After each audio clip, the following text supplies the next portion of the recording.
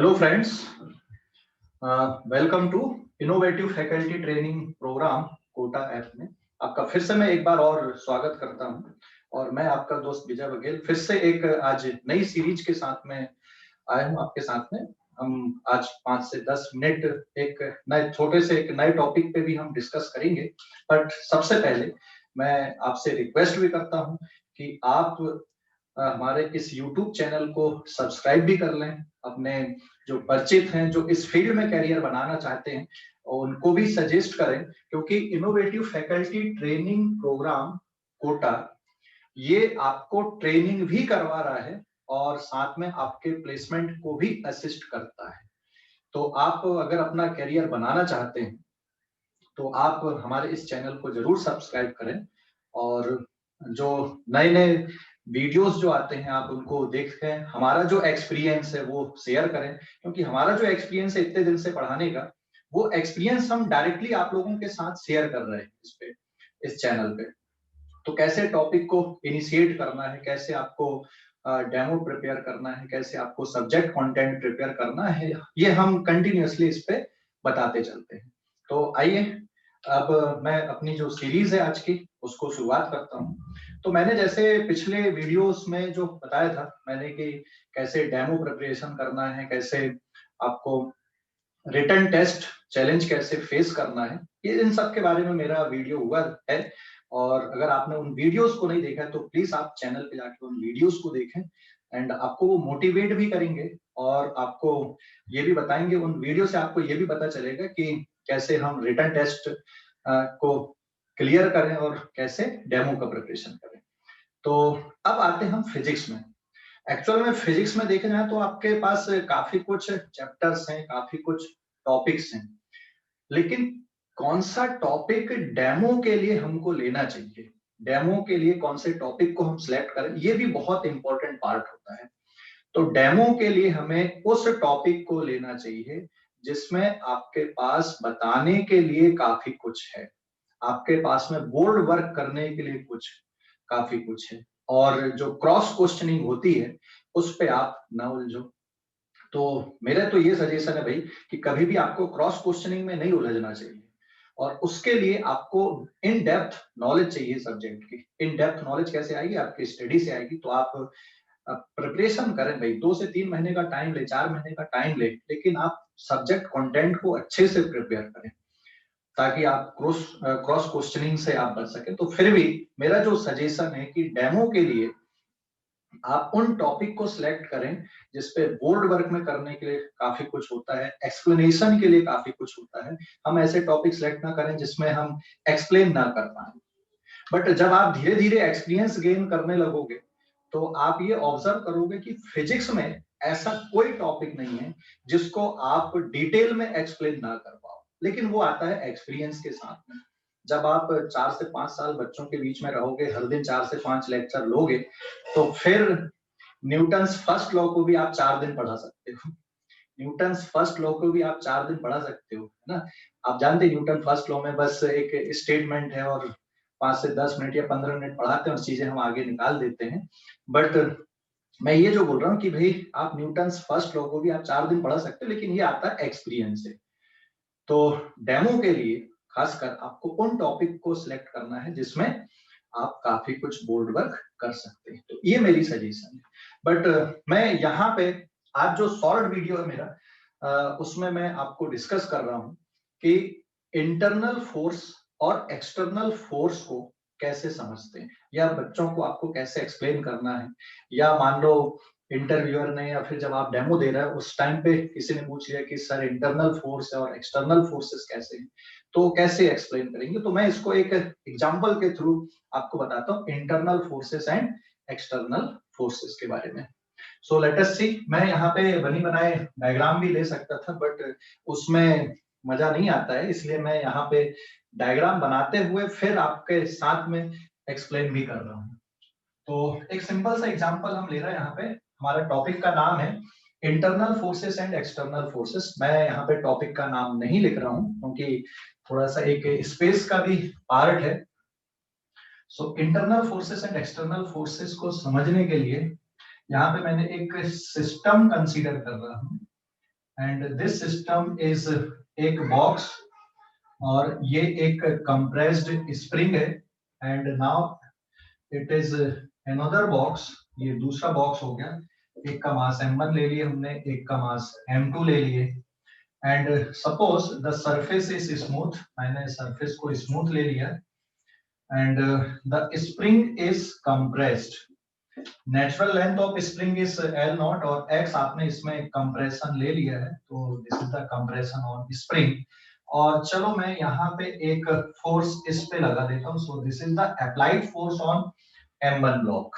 तो M1 block पे हमने एक अप्लाइड फोर्स यहाँ पे लगा दिया। तो हम डिस्कस कर रहे हैं इंटरनल एंड एक्सटर्नल फोर्सेस के बारे में, सिस्टम कैसे लेना है, किस किस को आप सिस्टम मान सकते हो, इसके बारे में। तो बाकी फोर्सेस मैं अब यहाँ पे लिख रहा हूं, इससे हम चालू करते हैं। M1G, so this is basically force on first by earth और इसका जो रिएक्शन पेयर आएगा, this is force on earth by first box and this is the normal reaction on first by ground and एक ये pair आ गया normal reaction on ground by one.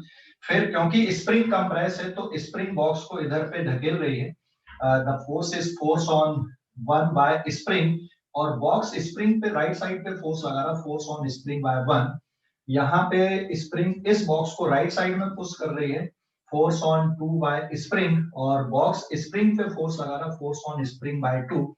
फिर इस पे आ गया आपका M2G, this is force on two by earth और इसका जो रिएक्शन पेयर है it is on the centre of earth, force on earth by two and then normal reaction on two by ground and दूसरा pair this is normal reaction on ground by two. So these are the forces act on this part of the system. तो अब system किसको लें, हम किस किस को system मान सकते हैं, हम उस पे भी आते हैं हम यहाँ पे। तो सपोज मैंने यहाँ पे M1 एंड स्प्रिंग को सिस्टम लिया, फिर दूसरे पार्ट में मैंने M1 स्प्रिंग एंड M2 को सिस्टम कंसीडर किया। तो एक सिस्टम ये हो गया आपका, दिस इज S1 सिस्टम, एक सिस्टम ये हो गया आपका, this is S2 system. Okay, तो एक सिस्टम ये है आपका जिसपे आपने किस किस को कंसीडर कर लिया यहाँ पे। एक सिस्टम ये है M1 spring and S1, sorry this is the system 1 and this is the system 2। So there are two system, एक में मास M1 लिया आपने, स्प्रिंग लिया और दूसरे वाले में M1 mass spring and M2, इससे मिलकर आपका सिस्टम बना है। तो अब M1 एंड स्प्रिंग में कौन से इंटरनल फोर्स हैं और कौन से एक्सटर्नल फोर्स हैं, ये कैसे चेक करेंगे। तो जो इंटरनल फोर्स है यहाँ पे, इस पे इंटरनल फोर्स कौन से और एक्सटर्नल फोर्स कौन से, ये हम यहाँ पे चेक कर रहे हैं। सो नाउ INT मतलब इंटरनल, EXT मतलब एक्सटर्नल फोर्स। तो इंटरनल फोर्स कौन कौन से हैं, इंटरनल फोर्स देखो M1 and spring is the system, M1 और स्प्रिंग। तो इंटरनल यहाँ पे दिख रहा आपको F1S एंड FS2, ये हमेशा आपको पेयर में दिखेंगे। पेयर में तो सभी को मैंने बनाया यहाँ पे, बट ये एक पेयर में है। तो F1S एंड FS1 ये इंटरनल फोर्स हो गए। अब एक्सटर्नल फोर्स कौन कौन से लग रहा है इस सिस्टम पे, ये अगर आप देखोगे, so this is the applied force, external force हो गया। फिर M1G एक्सटर्नल हो गया क्योंकि सिस्टम आपने किससे मिलकर बनाया, स्प्रिंग और M1 से मिलकर आपने सिस्टम बनाया है। So applied force M1G, normal reaction on first by ground और इसके बाद एक और फोर्स यहाँ पे एक्सटर्नल है क्योंकि स्प्रिंग पे एक और फोर्स लग रहा है FS2। तो ये कौन कौन से फोर्सेस होगा इस पे, एक्सटर्नल फोर्सेस हो गए। तो सिस्टम आप किसको ले रहे हो ये डिसाइड करना, उसके बाद इंटरनल फोर्स कौन से, एक्सटर्नल कौन से। तो यहाँ पे F1S एंड FS1 ये दोनों एक दूसरे के इफेक्ट को कैंसिल कर देंगे, internal forces will cancel each other. But external force जरूरी नहीं है कि कैंसिल करें, हो सकता है कैंसिल कर दें, हो सकता है कैंसिल ना करें, बट सिस्टम के अंदर के जो इंटरनल फोर्सेस होते हैं वो एक दूसरे के इफेक्ट को कैंसिल कर देते हैं। होते हैं and of course they are action and reaction pair. अब वही जैसे यहाँ पे N1G का रिएक्शन पेयर भी है, N1G का रिएक्शन पेयर कौन सा, NG1, बट ये किस पे लग रहा है, ग्राउंड पे लग रहा है। और आपने सिस्टम किसको माना, M1 और स्प्रिंग को सिस्टम माना, आपने ग्राउंड को सिस्टम नहीं माना है, इसलिए NG1 को आपने कंसीडर ही नहीं किया है। Is it clear? देन आगे आते हम, M1 स्प्रिंग और M2, अगर ये सिस्टम है तो इंटरनल फोर्सेस कौन से और एक्सटर्नल फोर्सेस कौन से, ये देखते हैं। तो यहाँ पे आपको काफी पेयर दिख जाएंगे, F1S, FS1, F2S, FS2, ये इंटरनल हो गए। और एक्सटर्नल फोर्स ऑफ कोर्स कौन कौन से हो गए, यहाँ पे अप्लाइड फोर्स हो गया, M1G हो गया, M2G हो गया, नॉर्मल ऑन 1G हो गया, normal and on 2 by G हो गया। ये कौन से हो गए आपके एक्सटर्नल फोर्सेस हो गए। तो यहाँ पे देखो ये पेयर क्या है, इंटरनल फोर्सेस एंड ये external forces. One thing, FS2 इस सिस्टम के लिए एक्सटर्नल फोर्स है, लेकिन इस सिस्टम के लिए कौन सा फोर्स है, इंटरनल फोर्स है। तो यहाँ पे हम जो इंटरनल और एक्सटर्नल फोर्स की बात कर रहे हैं, कुछ अलग से हम डिफाइन नहीं कर रहे हैं, हमने मैकेनिक्स में जो फोर्सेस पढ़ा हुआ है उन्हीं फोर्सेस को हम लेकर आए यहाँ पे इंटरनल और एक्सटर्नल को डिसाइड करने के लिए। तो किसी सिस्टम के लिए कोई फोर्स एक्सटर्नल का काम कर रहा है, जबकि वही फोर्स अगर आप सिस्टम चेंज कर रहे हैं, दूसरे सिस्टम बना ले रहे हो, तो उसके लिए वो इंटरनल फोर्स हो गया। तो स्टूडेंट को ये एक्सप्लेन करना बहुत जरूरी होता है, स्टूडेंट इन सब में बहुत कंफ्यूज होते हैं। तो आप प्रॉपर तरीके से एक्सप्लेन करो, प्रॉपर एग्जाम्पल लो, जरूरी नहीं कि मैंने जो एग्जाम्पल लिया आप भी वही एग्जाम्पल लो, आप कोई और एग्जाम्पल ले सकते हैं जिसमें इंटरनल और एक्सटर्नल फोर्सेस को अच्छे से आप कैसे एक्सप्लेन कर सकते हो। सो ये हमने सिस्टम कौन सा कंसीडर कर लिया, M1 spring and M2, then internal, और ये एक्सटर्नल फोर्सेस आ गए। अब ये बाइफरकेट करना क्यों सिखाना जरूरी होता है बच्चों को, उसका रीजन है कि जब आप कंजर्वेशन ऑफ लीनियर मोमेंटम पढ़ते हो, तो कंजर्वेशन ऑफ लीनियर मोमेंटम जब आप एक्सप्लेन करोगे तो आप क्या बोलते हो भाई, net external force on the system और बॉडी इज 0।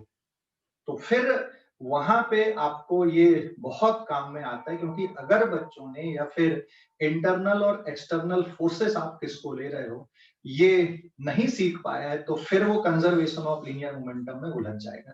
तो कंजर्वेशन ऑफ लीनियर मोमेंटम पढ़ाने के पहले आपको एक बार और इंटरनल और एक्सटर्नल फोर्सेस के बारे में एक्सप्लेन जरूर करना चाहिए।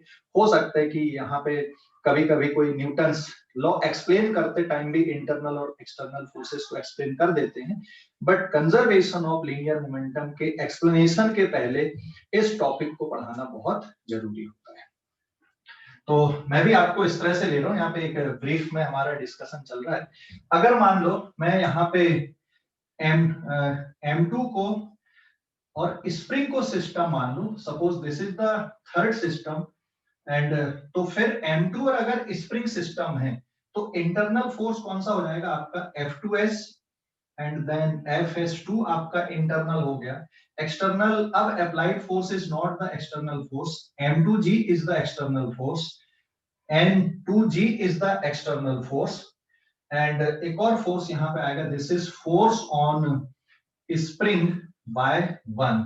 तो देखो स्प्रिंग पे फर्स्ट वाला ब्लॉक जो फोर्स लगा रहा है ये एक्सटर्नल है। यहाँ पे applied force is not the part of external force if the system is M2 and spring. फिर आगे बढ़ते हैं, मैं यहाँ पे एक और पार्ट बढ़ा देता हूं, नाउ द सिस्टम फोर्स। अब इसमें मैंने ग्राउंड या फिर अर्थ को भी एक सिस्टम मान लो। अब यहाँ पे देखो ये थोड़ा बड़ा सिस्टम हो गया आपका, M1 spring, M2 ground and earth. Ground या फिर अर्थ एक ही बात है यहाँ पे। तो अब इंटरनल कौन कौन से और एक्सटर्नल कौन कौन से, तो अब इंटरनल में देखोगे आपको काफी कुछ फोर्सेस दिख जाएंगे इंटरनल में। तो इंटरनल में कौन कौन से आ गए, देखो पेयर यहाँ पे F1S, F2S, sorry F1S, FS1, F2S, FS2, M1G, इसका पेयर आएगा force on earth by 1, and then M2G, इसका पेयर आ जाएगा फोर्स ऑन अर्थ बाय 2, फिर N2G normal reaction on G/2, N1G normal reaction on G/1। तो ये सभी कौन से हो गए आपके, ये सभी अब इसमें कौन से फोर्स बन गए, इंटरनल फोर्स बन गए। All these are internal. तो एक्सटर्नल कौन सा बचा, सिर्फ इस पूरे सिस्टम को, अर्थ को, ग्राउंड को, स्प्रिंग को और दोनों ब्लॉक्स को आपने अगर सिस्टम कंसीडर कर लिया तो फिर सिर्फ एक ही एक्सटर्नल फोर्स बचा है यहाँ पे, दैट इज अप्लाइड फोर्स। तो अब यहाँ पे सिर्फ अप्लाइड फोर्स क्या है, एक्सटर्नल फोर्स है, बाकी सभी कौन से फोर्सेस हो गए, इंटरनल फोर्सेस हो गए। तो इस तरह से आपको ये बाइफरकेट पे आना चाहिए। और अगर आप डेमो में कंजर्वेशन ऑफ लीनियर मोमेंटम ले रहे हो तो ऑफ कोर्स आपसे ये क्वेश्चन जरूर पूछा जाएगा कि इंटरनल फोर्स और एक्सटर्नल फोर्स क्या होते हैं। और अगर आप इस तरह से एक्सप्लेन कर देते हो तो मेरा ये चैलेंज है कि आप तुरंत सिलेक्ट हो जाओगे इंटरव्यू के लिए, या डेमो आपका बिल्कुल क्लियर हो जाएगा। क्यों? क्योंकि इतने डेप्थ में अगर चीजों को आप बता दे रहे हो तो फिर जो इंटरव्यूअर है या फिर जो डेमो आप जिसके सामने डेमो दे रहे हो, whether it is student demo और अ फैकल्टी डेमो, आप डेफिनेटली आपका डेमो इसमें बहुत अच्छा जाएगा। तो आज के लिए बहुत बहुत धन्यवाद वीडियो देखने के लिए। मैं फिर से रिक्वेस्ट कर रहा हूँ आप लोगों से कि आप हमारे चैनल को जरूर सब्सक्राइब करें और अपने परिचितों को भी बताएं। और अगर आप अपना कैरियर बनाना चाहते हैं तो please join the innovative faculty training programme. और हम आपके साथ में हर बार एक नए नए वीडियो से आएंगे, हमारे एक्सपीरियंसेस हम आपको शेयर करेंगे। Thank you.